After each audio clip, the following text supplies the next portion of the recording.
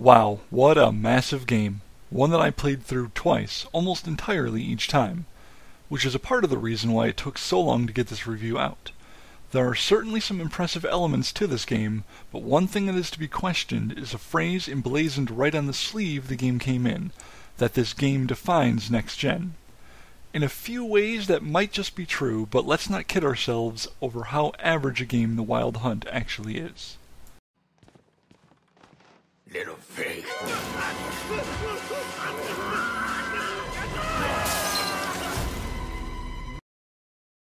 The music in this game is mostly serviceable. It comes off as background distraction to break up the silence when no one is talking or a monster is snarling. It isn't badly composed or implemented, it just doesn't stand out most of the time.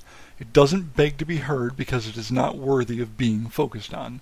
The vast majority of it is forgotten the moment after it is heard. To call this specifically a negative element of the game is too harsh, however, because it is clear that it is exactly the purpose of this music.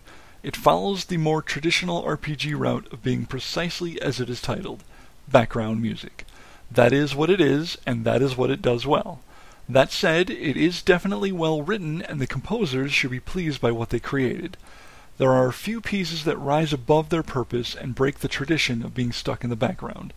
Like all other opinions and taste, music is subjective, but I wouldn't listen to this soundtrack outside of the game, only a select few pieces. As far as the sound goes, I never found anything in terms of effects to complain about. That's not much of a compliment, but I didn't feel the game tried all that hard when it came to the sound production. It's there and passable, and that's probably good enough for this title. What I do have to complain about, however, is something that many people probably overlooked because they are likely more forgiving than I am. A handful of characters had voices that changed at certain times, seemingly random parts of the game. Two major standouts are a side character named Dandelion and the main character, Geralt. Dandelion's voice differs greatly between his loading screen monologues and his voice within the game. Geralt's voice changes are so random and disrupting that they will occur in the middle of a mission. Every time I heard it, I was torn utterly from my immersion, a little upset that gruff and tough Geralt suddenly sounded far less so. The most notable occasions of this are when he is drunk or yelling, though not all the times he yells. I can't say for sure that it is a different actor or the original unable to resonate Geralt's voice in certain situations, but either way it is distracting at the least.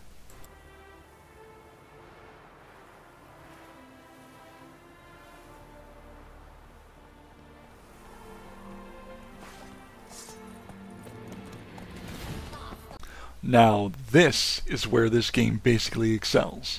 Nearly every little corner of this massive world is finely detailed and believably alive. The ground underfoot seems squishy or solid when required, the weeds, flowers, and trees blow in the breeze, and the shadows create a realistic environment. Quite frankly, The Wild Hunt has the most believable and living world that I've ever seen in a video game. On top of that, it is also magnificently designed. As I said at the start, I attempted to play the game to entirety twice, and I don't believe I found a single corner that was not lovingly created and polished. Even what should have been a boring and decaying swamp was teeming with energy and life. I would often, and I mean often, find myself stopping from playing to just stare at my surroundings. It didn't always have to be a glorious sunset or overlooking from a precipice either. As I said, the swamp is beautiful, perhaps my favorite of all the areas. The Wild Hunt has unquestionably my favorite section of forest and of swampland. I am taking a break from the game, but when I next play, it will be to simply hang out in those two areas just for the atmosphere. And oh man, does it have atmosphere! It's drenching the damn world, from solitude in the wilderness to the bustling city that might have a bandit around any corner. Here's the difficult but glorious truth about the world of The Wild Hunt. It is ultra-realistic in how it feels, and is designed to the finest point, but it is also empty and lonely a lot of the time. The landscape is often somewhere between flat and slowly hilled, and there is not a lot going on in terms of content or diversity. That doesn't make it poor, however. Simply admiring the nature that CDPR constructed makes it worth walking around in the wild at any location.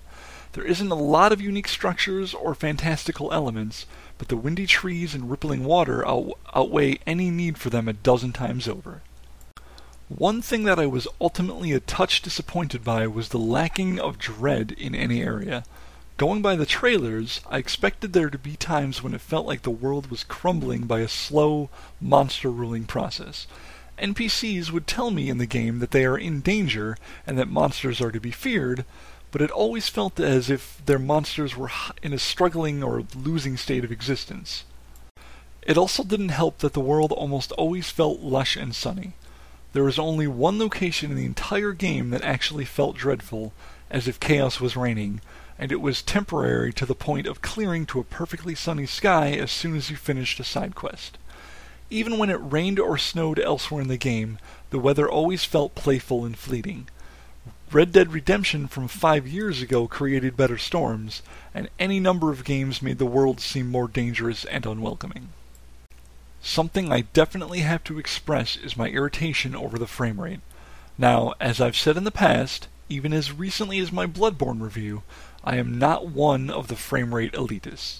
I can tell the difference between a lower and higher frame rate, sure, but I don't mind playing at any lower variation. I've played games at somewhere between a few to 30 frames a second all my life, and I don't expect that to ever be different. What matters, though, is the steadiness of a frame rate in a game, because the combat, the gameplay, will be programmed around this. So when it fluctuates all the fucking time, it becomes more than an annoyance.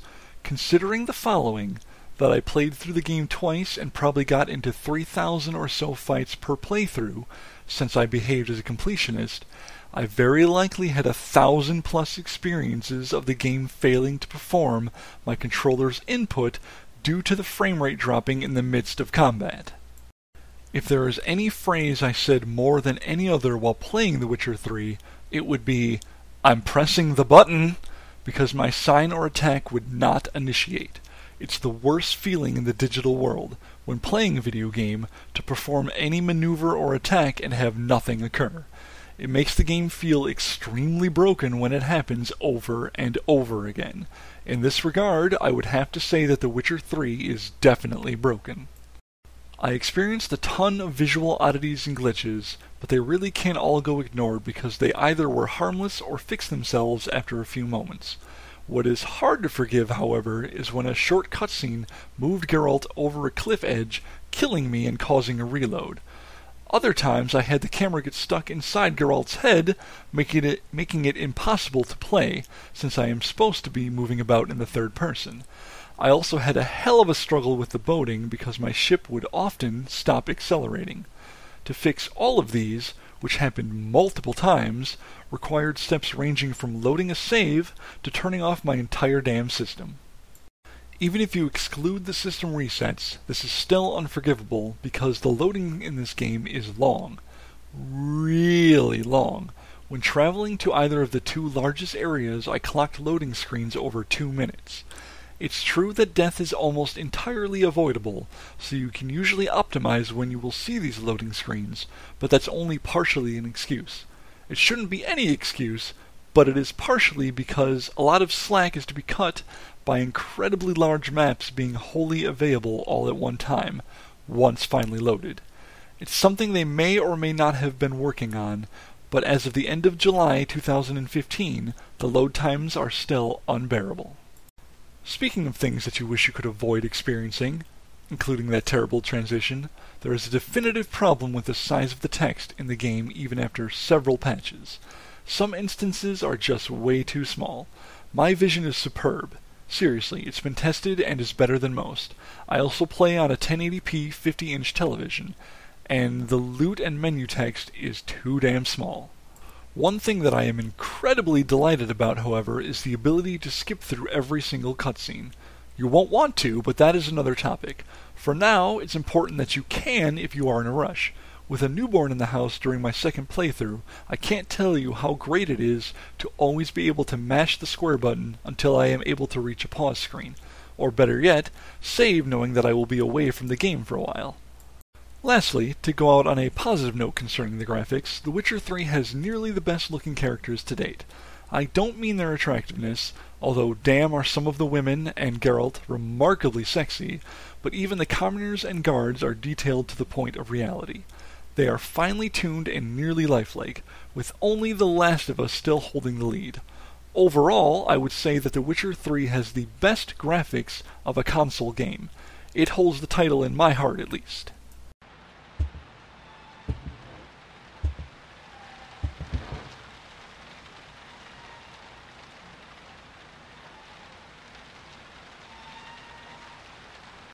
Certain parts of The Witcher 3's story are superb, those small sections that tug at the player's emotions perfectly. Anytime a main character is expressing emotional investment, you, the player, will feel it as well.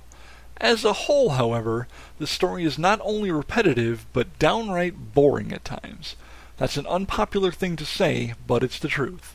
You are searching for one person, then after you find her, you're searching for another for an extremely long time. By themselves, that repetition is not so bad, but with the second person you will fail to find her 50 times or more, and always because the game needs to keep going on for longer.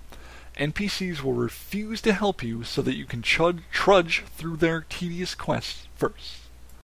While I won't stoop to labeling the main quests with the word fetch, I will say that there is a lot of go here, converse, fight a pack of dudes, go back. On my second playthrough, I was entirely confident in skipping the vast majority of the story by mashing that faithful square button in cutscenes because I knew it was a ton of your princess is in another castle bullshit.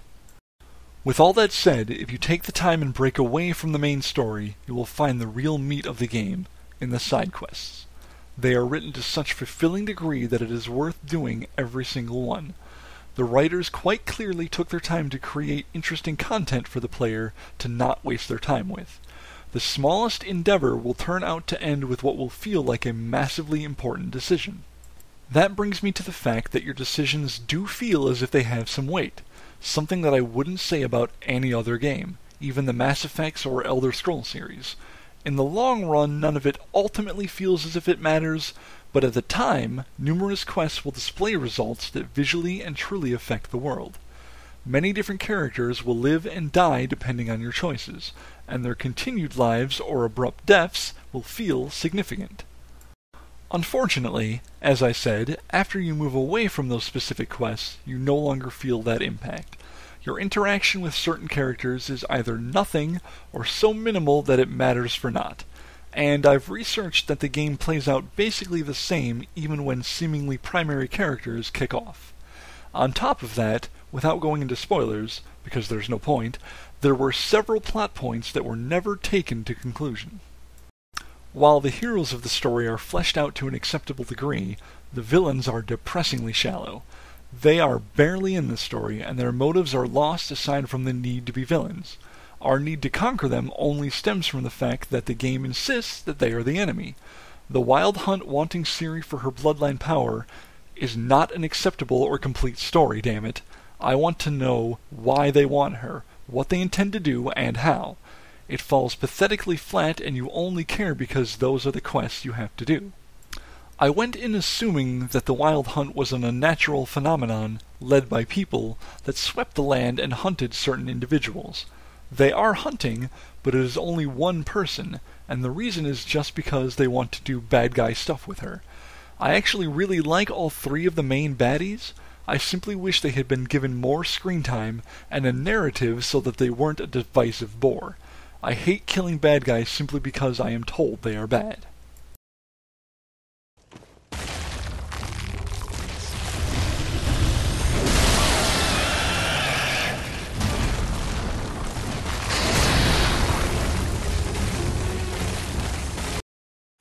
Well, let's get this up and out of the way. The combat is the primary part of this game, as far as the gameplay is concerned, and it's really not that good. The sword fighting leaves a lot to be desired between Geralt being unable to close the gaps between himself and enemies, and his twirling and dancing when he should just thrust or slash.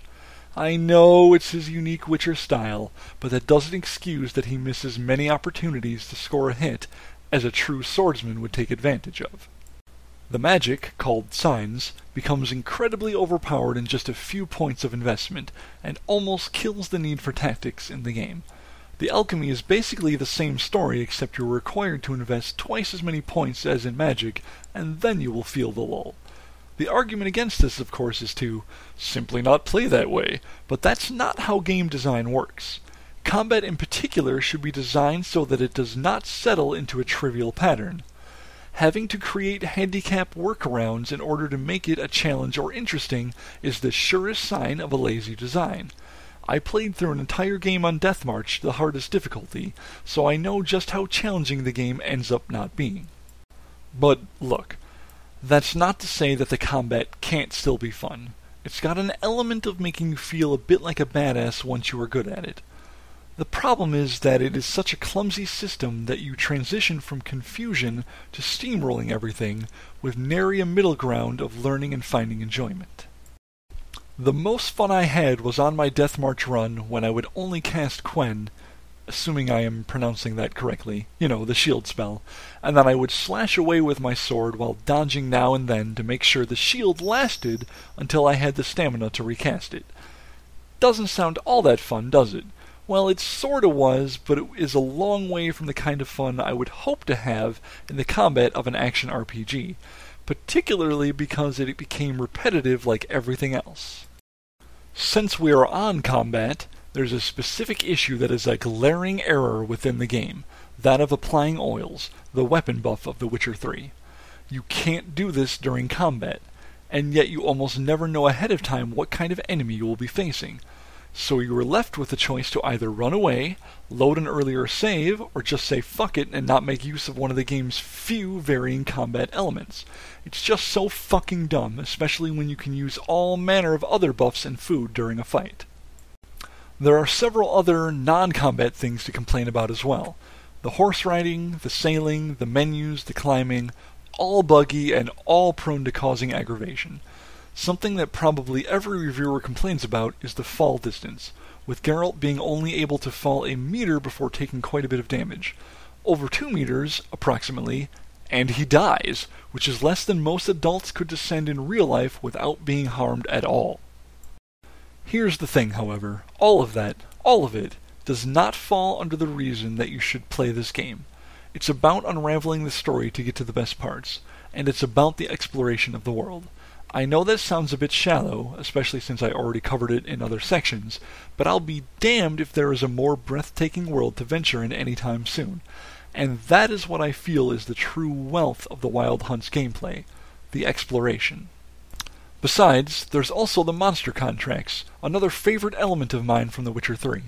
These contracts require you to speak to one or more people for information, and then you will examine the scene of the crime. At times these examinations are so in-depth and vivid that you will take in every word Geralt says as if he is reading you a list of what he got you for your birthday, particularly when he has to take the time to go into detail about specific body parts of a victim. The little details are the coolest descriptions I've heard in a game.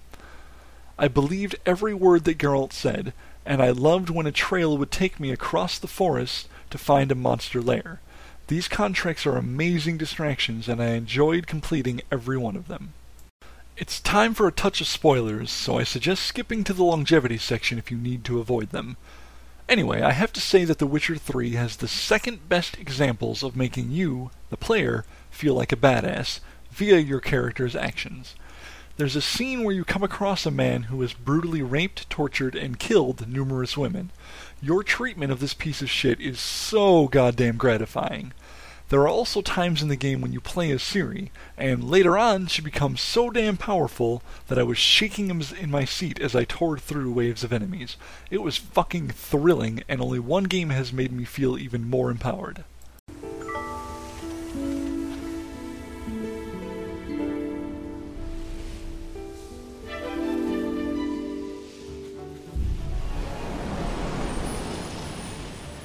This is a tough game to determine the longevity of. To be blatantly honest about it, I was feeling bored for much of my second playthrough, wishing to just get it over with. That's a pretty terrible thing to say, and it speaks volumes of how long this game will be relevant. After an initial playthrough, there doesn't feel as if there is a whole lot else to do. You can make a few different decisions, romance one or two different people, but the incredibly long and mostly boring storyline is still the same. The free DLC that has come out during my 2 playthroughs has helped to a small degree, but it will also be irrelevant after another month goes by, because it will seem as if just a regular part of the game. As wonderful and lively as the world is, it's stagnant of change and replayability because it will be nearly the same damn thing every time. If the combat wasn't as mundane as it is, this might be a different story.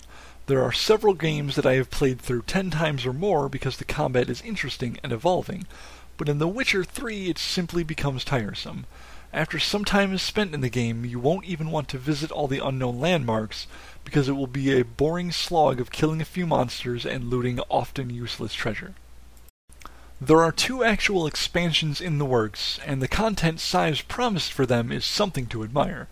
However, I'm not sure I even care. I'm not sure I want to go through these expansions with the lackluster combat that I must use.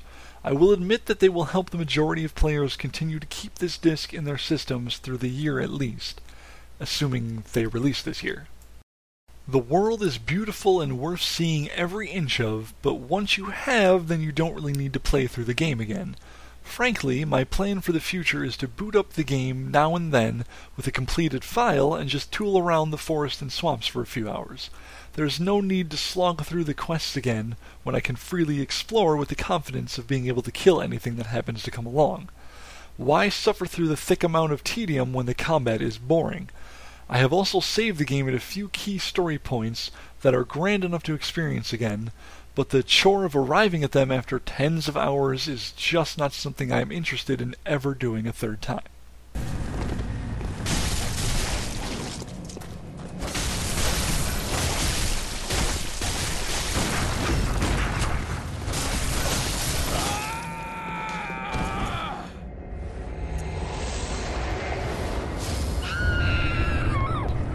The Witcher 3 is not easily dismissed, but it is not a game that is to be touted as some remarkable piece of gaming perfection.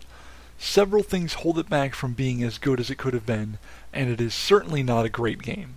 It's the first open world by the developers, so perhaps a little more forgiveness is in order, and it is only fair to include the information that CDPR has made multiple efforts to address the game's many issues. The effect of these patches is questionable, but it's still more than most companies bother with, and also released at a hastened rate. It is a breathtaking and beautiful world that is unmatched in any other game, with environments so believably alive that you will want to stop and look around even in the most occluded of sections. These many sections are often devoid of activity outside of the scenery, but it still serves damn well for an initial playthrough. Regrettably, the biggest flaws in this game are found in the actual gameplay, with combat that is mundane, mini-games that are annoying and glitchy, and certain elements of the exploration, like climbing and swimming, unusually disconnecting. The saving grace of the game is supposed to be the storytelling, and while there is some superb questing to be had, there is also a ton of what feels like filler within the main storyline. It's as if they added in branching paths and distractions simply to pile on length. The game could have done with far less of this, making it more approachable in terms of multiple playthroughs. I will confidently say that this is a game that every person should experience.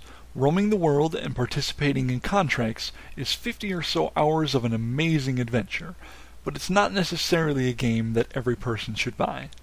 For now, there is not a better game in terms of a beautiful world and fulfilling side quests, but these aren't exactly enough to save it from being only a decent game. A gorgeous and worthy game, but ultimately only decent.